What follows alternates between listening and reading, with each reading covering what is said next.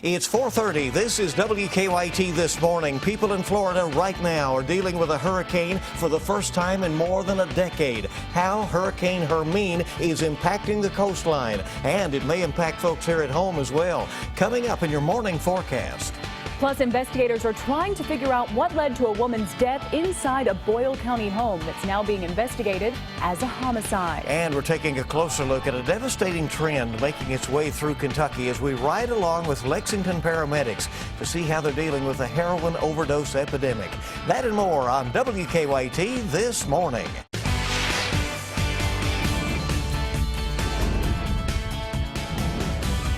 This is WKYT This Morning.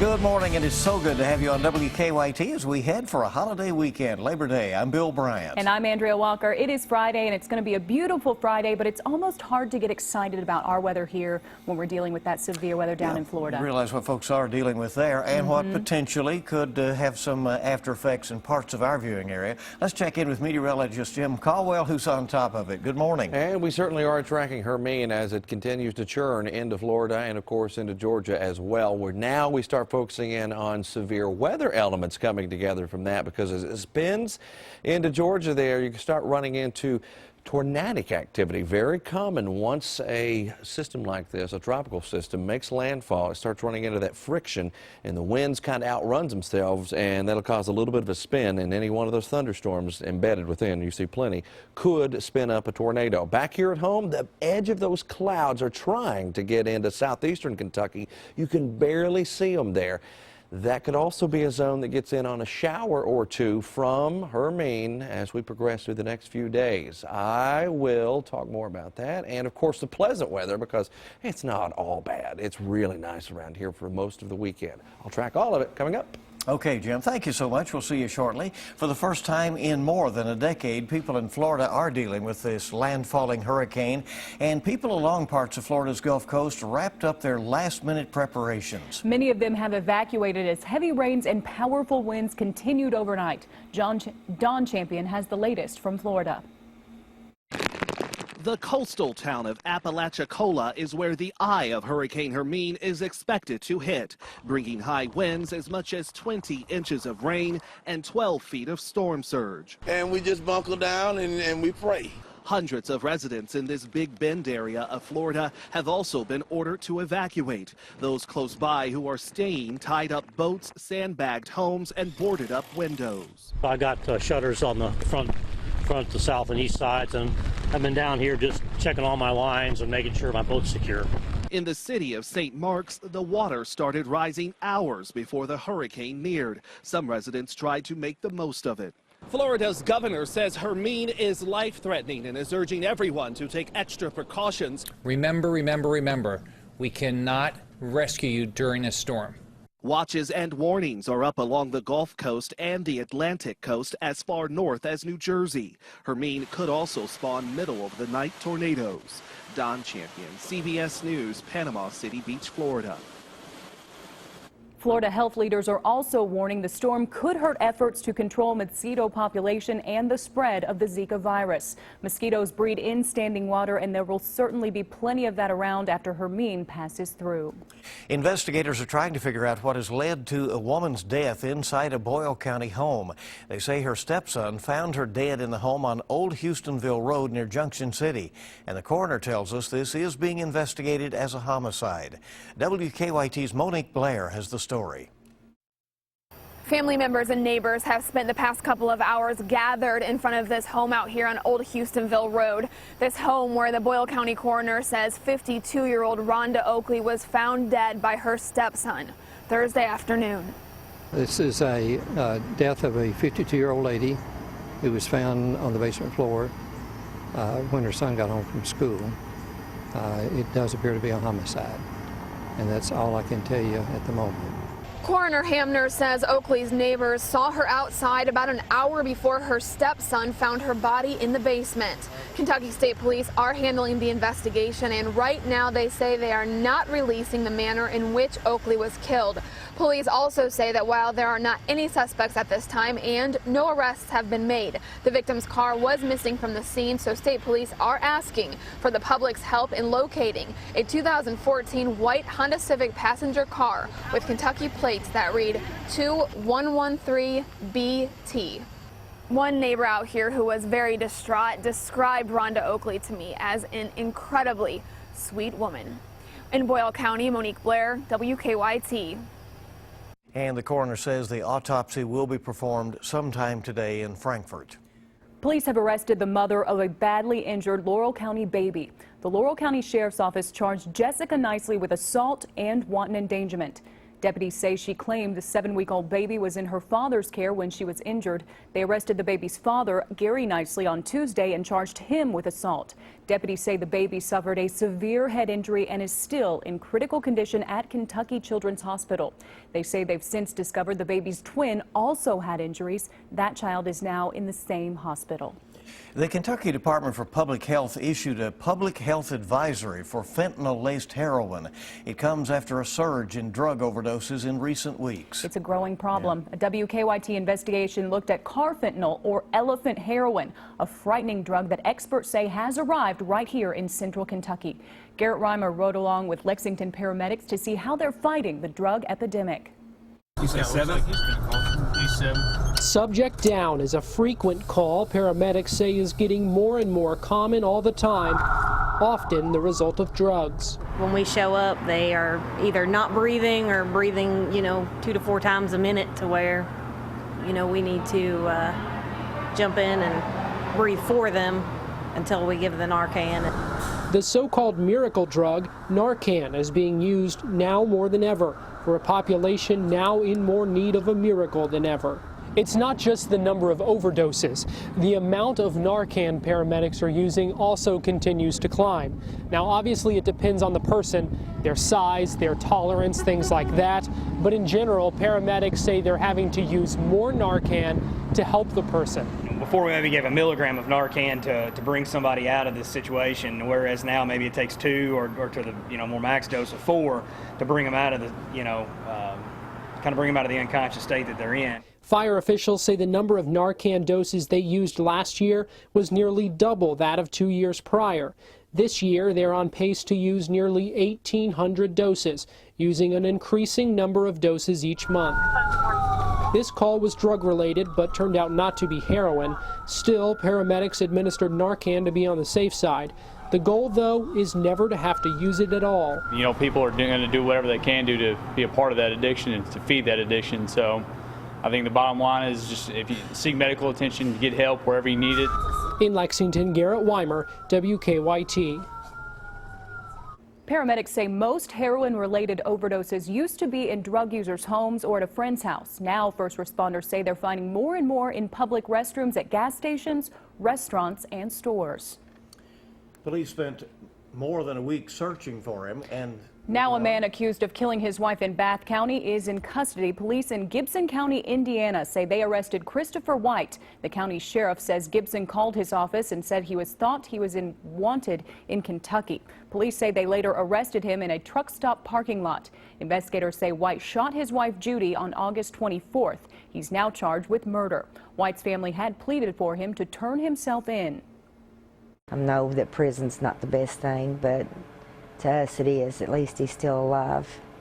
And I know that that's hard for Judy's family, and she didn't deserve this. I know that. She was an awesome woman. We loved her very much. State police say White should be brought back to Kentucky in the next few days. They have not said what they think led to the murder. A former UK basketball player is in trouble with the law again. On Tuesday, Paris police arrested Preston Lemaster on multiple drug charges. He bonded out of jail just a few hours later. In 2014, Lemaster was cited on theft charges after Lexington police say he sold counterfeit UK basketball tickets. He played for UK from 2002 to 2006. 4:39 WKYT This Morning is just getting started. Great to have you with us here on this Friday, heading into Labor Day weekend. It's an exciting time. Well, back to school usually comes with a long shopping list, but there could be another way. Details when we come back on WKYT This Morning. And we are tracking a fantastic brand new air mass. It is so nice out there. Refreshing air is here. We will break it all down and tell you how long it's going to stay coming up. Now, your hour-by-hour forecast with meteorologist Jim Caldwell. It is a fantastic morning out there. If you are a fan of that crisp air, well, it's in the area right now. Look at what we've got for you on our current temperature map. We've got Defender Radar Network in there as well, but it's not going to be much use today. We might, and I want to emphasize that, might see a stray shower try to work its way into parts of eastern Kentucky. Now, that's something I'll show you here in just a second with our hour-by-hour run. Area-wide, though, you can see the pockets of green are also filtering in, which mean that you are seeing the cool air. Compare this to yesterday morning at the same time, 4:30-ish in the morning. We're talking about 10 degrees cooler in Lexington. So it takes us back up into the low 70s. So a completely different morning altogether. Now, of course, today's Friday, but the weather is different as well. Now, we're talking the small risk, too. The chance of any shower trying to come from the tropical rains from Hermine would likely fall in this zone, maybe from Pikeville to Hazard, back down into Barberville, Williamsburg, all of those locations. Maybe that stray shower tries to work its way northward. And, of course, you go a bit more to the south and on the other side of the Appalachian Mountains, and you run into better chances. But even there, the bulk of it looks like it's going to be closer to Charlotte and beyond, more toward the east, it looks like, along the coast. So that's Hermine's impact on us rain-wise. You can see that here with the hour-by-hour run, too. Let's get into the daytime hours, and there you find that moisture trying to creep over into Pike County and also into Letcher and Harlan, right along the Kentucky-Virginia state line. Everywhere else, sunny, nice, beautiful, everything that we've been talking about all week, it remains in the area. Still tracking that threat of a renegade shower, again, directly associated with Hermine in eastern Kentucky. But then we get into tonight and early tomorrow morning when the cool air settles in again. It has a better chance to get even cooler tomorrow morning than it did this morning. So we're in the low 60s right now and upper 50s with a better shot of getting into the mid 50s because the air mass is here and it really sinks in by the time we get into the early morning hours for you tomorrow. So a much cooler look for the early morning lows. Daytime highs will rebound, though, as we get into your Saturday afternoon. Saturday evening, here comes our 7-day forecast, where we are tracking all kinds of stuff going on there with, of course, the weekend. That's a holiday weekend, extended for many. I don't think Bill's here on Monday. I think he's trying to skip town on us. Well, not really skip town. He's not going to be at work. Nice weather up until that point. So it's going to get a little warmer on you when you're off doing whatever you're doing on Labor Day. What are you going to do? The audience is quite aware of how often I'm not here.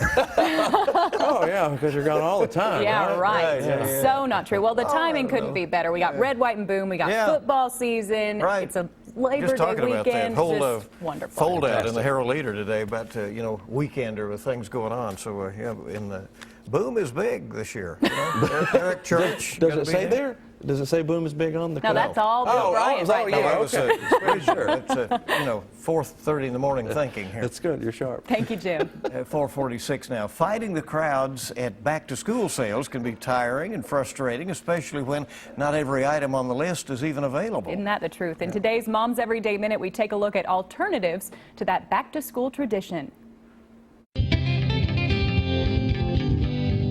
There's an alternative to the time-consuming method of fighting crowds at stores for all your back-to-school supplies. I talked with blogger Sarah Jedd about an idea that's working for her. The teacher gives you a list of 1,000 things that you need to buy for the classroom, and it's very specific items, and you need to buy them, and your kids need to buy them, and everybody in Madison needs to buy them at the same time. It's stressful. It's horrible. Yeah. So I found a great way to get around that. Lots of companies like Staples and Office Max have online ordering programs that your school can sponsor, and you can order all of your school supplies in March, and your school gets a little kickback from your order. So not only do you get everything the teacher wants you to get, but it comes to you in a box labeled with your kid's name on it, and you just pick it up on the first day of school. So it's completely stress-free. Completely stress-free. Which is a stressful time of year, and it's a fundraiser. Right. All right, and you blog about these things? I do. My blog is harrytimes.blogspot.com. Awesome, thank you. For these tips and more, just go to WKYT.com and click on Moms Every Day. And when WKYT This Morning comes right back, we have a lot more news here on your Friday morning heading for the weekend. Still to come, the University of Kentucky plans on making changes to a mural that's causing quite a bit of controversy. More on those plans when we come back on WKYT This Morning. Welcome back into WKYT This Morning, 4:50 now. It's 10 till 5 on your Friday. Well, it's been covered up for months, but now University of Kentucky leaders say they have a plan for a controversial mural on the campus. And some people raise concerns about the mural in Memorial Hall, saying the way it depicts African Americans is offensive. Sabira Rayford tells us how UK is planning to change the mural. The outside of Memorial Hall is getting a much-needed restoration, but it's what's inside that has people talking. I don't believe that a mural depicting slave labor is a good way to start a dialogue on race and diversity in the University of Kentucky. It was that sentiment by students that caused UK to take a second look at this mural. Today it is covered and has been that way since the last school year. UK spokesman Jay Blanton says after covering the mural, they started a committee to figure out what to do. So their idea, and it's a great idea, a thoughtful recommendation, is to put other art around it, other public art around it that tells a broader story, a more complete story, and a more sensitive story about our history, about our development, and even about what we still aspire to be. Robert Buckingham says he was a part of that conversation, but he doesn't think this is the right solution. If they add art that depicts more of the good side to it, I can understand that. However, I do see that as appeasement. A little appeasement to suffice. You're like, well, we did something, we repainted it. That's not what the student body clearly wants. But it's not just Memorial Hall getting a diversity makeover. Blanton says the university has decided to add more diverse art all around campus. This is a great place, lots of buildings, lots of outdoor spaces where public art can and should be, but it needs to be done thoughtfully and with an eye toward telling a complete story. Blanton says the university will have to raise money to add the art. He says they hope to have the changes done sometime this fall. At the University of Kentucky, Sabir Rayford, WKYT. Police in Bell County say they have stopped a murder plot and arrested 2 teenagers. They have charged Joseph Helton with conspiracy to commit murder, and his underage girlfriend is also facing charges. Police say the couple plotted to kill the girl's aunt and uncle so they could run off together. They say the girl sent Helton pictures of her aunt and uncle's house, even showing entrances and exits. A Whitley County inmate faces more charges this morning after police say he tried to escape. The Whitley County Sheriff's Office says on Monday, burglary suspect Jordan Ramey was in a holding cell with other inmates at the county's judicial center. Deputies say Ramey removed a ceiling tile and tried to escape through a crawl space, but they say he wasn't able to find a way out and was caught. Deputies say Ramey caused damage to the ceiling. He's now been charged with escape and criminal mischief. And our time this morning is 4:53. Our news team is busy with working on lots of stories, and coming right up, a look at some of the things we're working on to bring you here on WKYT This Morning. And we'll have a look at your morning forecast right after the break. Welcome back in, 4:56 on WKYT This Morning on your Friday. Just like the sound of that. It's so good to have you with us. It is a good day. Now it's time to take a look at some of the stories we're working on for you this morning. Our news team busy right now. A Madison County 4th grader is getting a little help from his community in his fight against cancer. Ryan Cremines and his family are about to head to St. Louis for several weeks of radiation treatment. And today a fundraiser will be going on at Ryan's school. We're going to be looking ahead to that fundraiser, how the community is getting behind him. Coming up on WKYT This Morning. Also keeping watch on the Hurricane Hermine coming ashore just about now in Florida. Could be affecting people's friends and family down in that part of the country. Let's head now to Jim Caldwell for an update. And one of our friends who filed a report from there yesterday, who normally stands right about here, about this same time, a little bit shorter than I am, more hair, Micah Harris, who was down there as well and did a report for us yesterday from Destin. But he's been no harm. And now the system continues to work northward. Right now in Lexington, we're in the upper 50s, low 60s around us, low 60s just here in Lexington, by the way. And there you see Hermine continuing to churn, and it could very well send more clouds and a stray shower to eastern Kentucky. We're glad you're along with us this morning on this ride through the morning, and we'll keep you up to date coming up at 5.